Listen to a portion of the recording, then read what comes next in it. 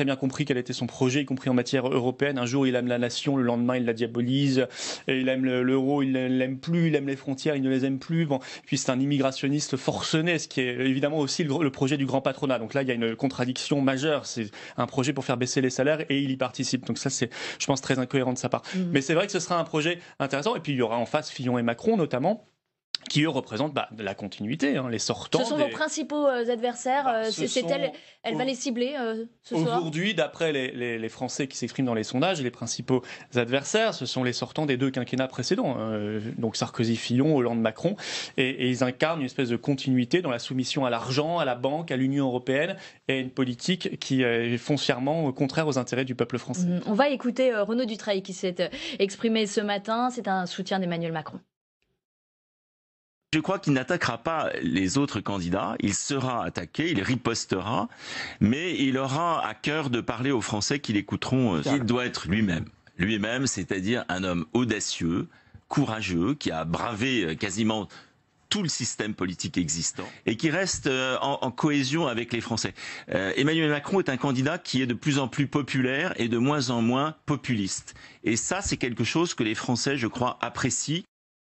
Populaire et pas populiste. Il marche un peu sur vos plates-bandes, Emmanuel Macron. C'est-à-dire que quand monsieur dit il a défié tout le système, non, il a rallié tout le système. Derrière lui, ça va de Robert Rue à Alain Madelin, en passant par François Bayrou, les anciens ministres de François Hollande, François Hollande quasiment lui-même, quasiment de manière avouée avec Manuel Valls. Enfin, c'est vraiment Daniel Cohn-Bendit, Attali, Minc, Berger. Sauf qu'il est très, très populaire dans les intentions de vote. Sauf ce matin dans le Figaro, il est à égalité avec Marine Le Pen. Oui, mais attention, il a des intentions de vote très, très, très fragiles, contrairement à Marine Le Pen. Je crois que les Français savent pas qui est cet homme, d'où il vient. On sait juste que voilà, il est passé par la banque d'affaires, il a échoué comme ministre de l'économie pendant 2 ans sous François Hollande, et il est entouré aujourd'hui de tous ceux qui veulent se recaser. Moi, je pense pas que c'est en reconstituant le plateau des années 80 de la politique française qu'on va incarner l'avenir et l'espérance. C'est pas en étant prisonnier évidemment d'une majorité socialiste sortante qu'on va incarner l'espérance. Mais Marine Le Pen, elle va pas être dans une optique d'attaquer comme cela les autres, elle veut dérouler son propre projet. Il y a beaucoup de choses à dire.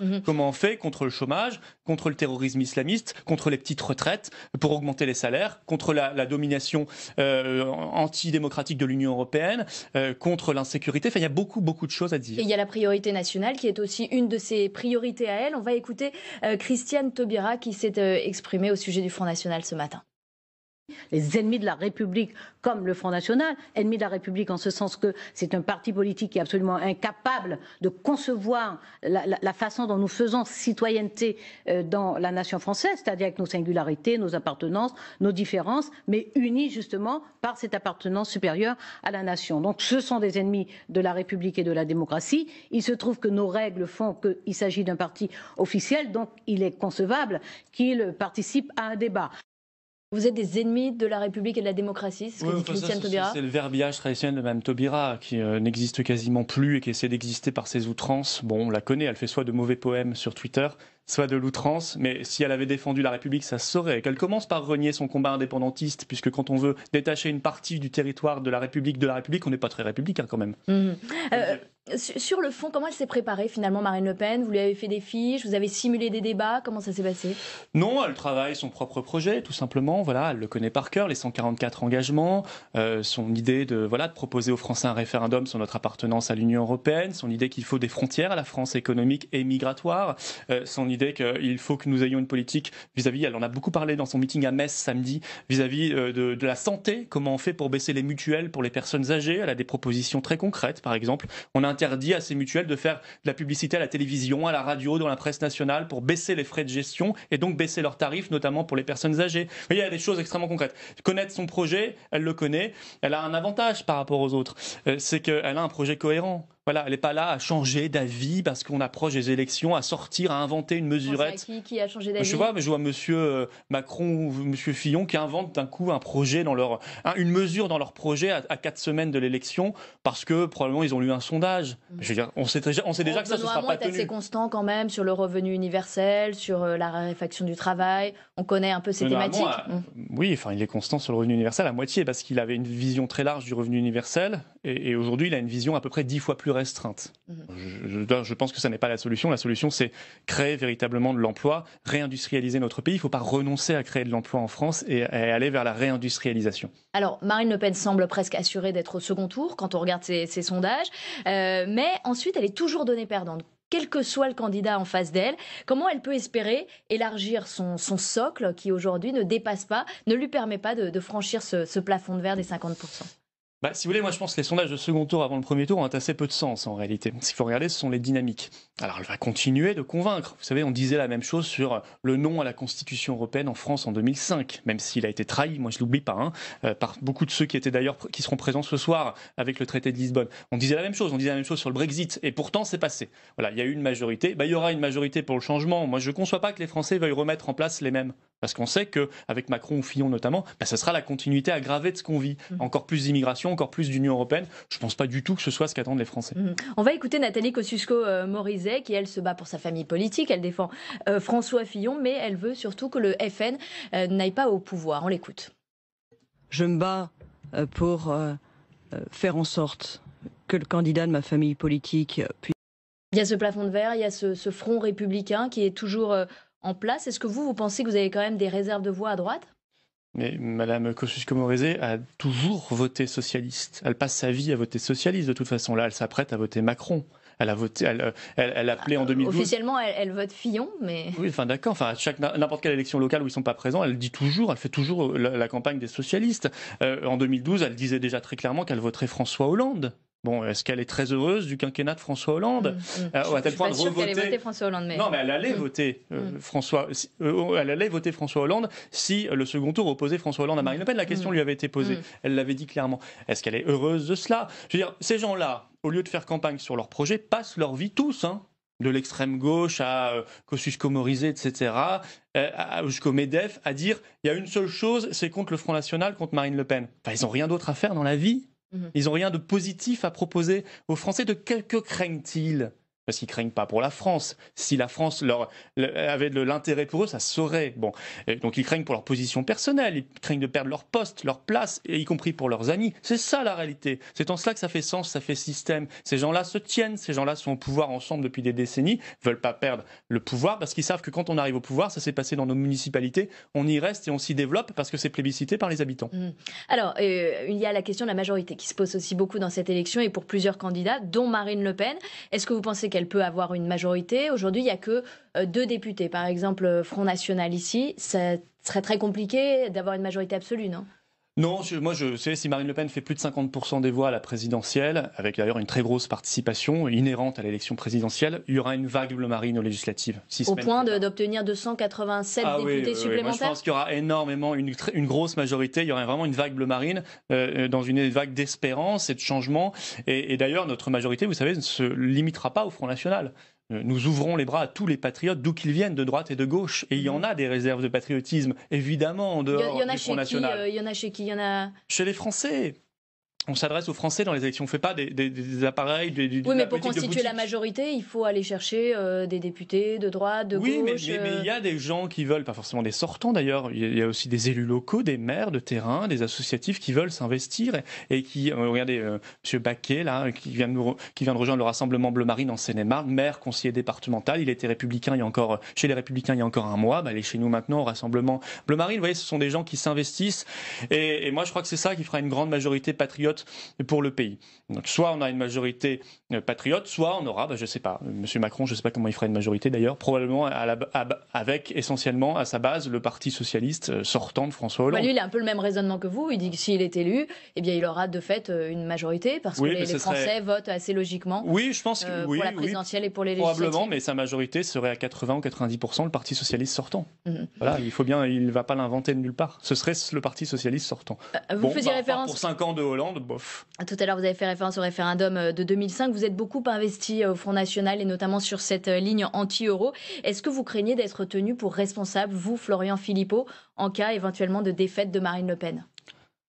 Vous savez, tout le travail que nous avons fourni derrière Marine Le Pen, il est là, voilà, il produit ses résultats. Donc personne ne s'accuse mutuellement ou de quoi que ce soit.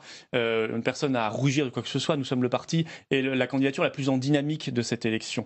Donc voilà, je ne vois pas pourquoi on se placerait dans une optique négative. Nous sommes dans une optique Non, mais on dit qu'elle a quand même extrêmement beaucoup votre oreille, positive. que vous l'avez beaucoup influencé, notamment mais sur moi, cette ligne-là. depuis que je l'ai rencontré la première fois en 2009, nous sommes dans une symbiose politique. Oui, on partage l'essentiel toutes les convictions d'ailleurs, on est d'accord, on partage le même projet politique et on se bat avec tous nos amis évidemment pour sa victoire, pour la faire entrer à l'Élysée et surtout pour changer la France, pour changer le quotidien des Français. Et en cas de défaite, vous, Florian Philippot, vous continuerez à vous battre pour le Front National ? En cas de défaite, ce que je n'envisage pas, on continuera de se battre parce qu'un jour viendra la victoire, mais on va gagner ce coup-ci, il faut gagner ce coup-ci. Alors on va parler d'Aymeric Chauprade, c'est un ancien du Front National qui a accusé Marine Le Pen d'avoir organisé le système des assistants parlementaires européens détourné au profit du parti. Ce week-end, Marine Le Pen l'a traité d'affabulateur. Est-ce qu'elle manque pas un petit peu d'arguments quand même face à lui ? Non, c'est très simple. Vous reprenez ses déclarations lorsqu'il est parti du Front National, sachant qu'il allait être viré une semaine plus tard en fait, parce qu'il venait de faire libérer les trafiquants de drogue là, de air cocaïne,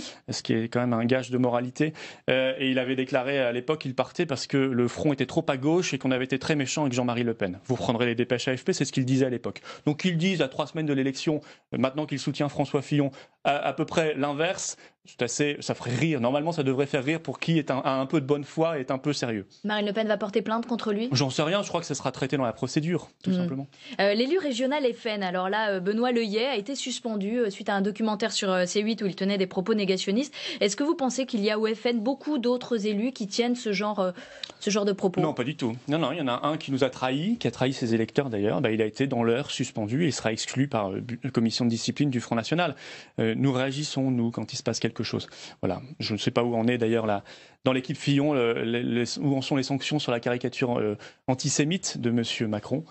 On attend. Parce que vous voyez, ça réagit différemment, selon, y compris d'ailleurs, je crois que c'était à Vaux-en-Velin, il y avait un élu socialiste qui avait eu des propos antisémites. Un peu plus tard, il était promu.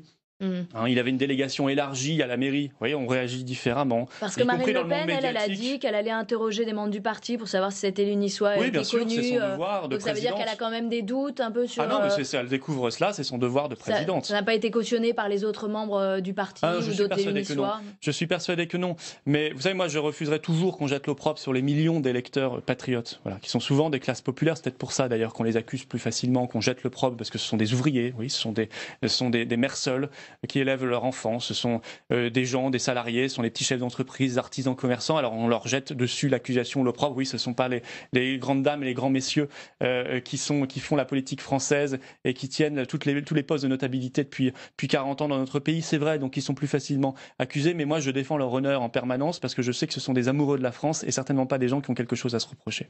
Une question sur Donald Trump et Angela Merkel qui se sont vus vendredi. Donald Trump a refusé de serrer la main d'Angela Merkel. Est-ce qu'il a eu raison ?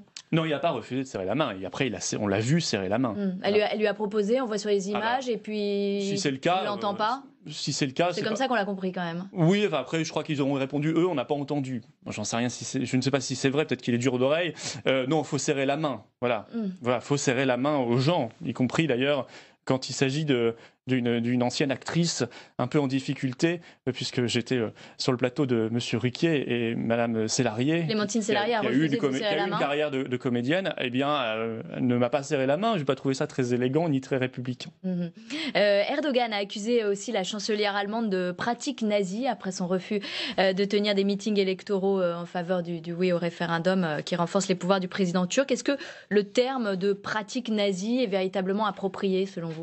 Non, pas du tout, c'est une insulte et très grave, mais là ça pose le problème français, parce que nous avons accepté à Metz il y a quelques jours ce meeting d'un ministre turc, on est le seul pays européen à l'avoir accepté, on l'avait déjà accepté à Strasbourg en octobre 2015, il y avait eu des propos épouvantables anti-républicains qui appelaient les Turcs à ne pas s'assimiler, à rester turcs presque contre la France, c'est gravissime. On n'aurait pas dû. On est sous chantage vis-à-vis de la Turquie, voilà, on s'est mis à cause de l'Union européenne et de la politique de Mme Merkel dans les mains de la Turquie, de M. Erdogan. Voilà, donc il y a du chantage aux migrants.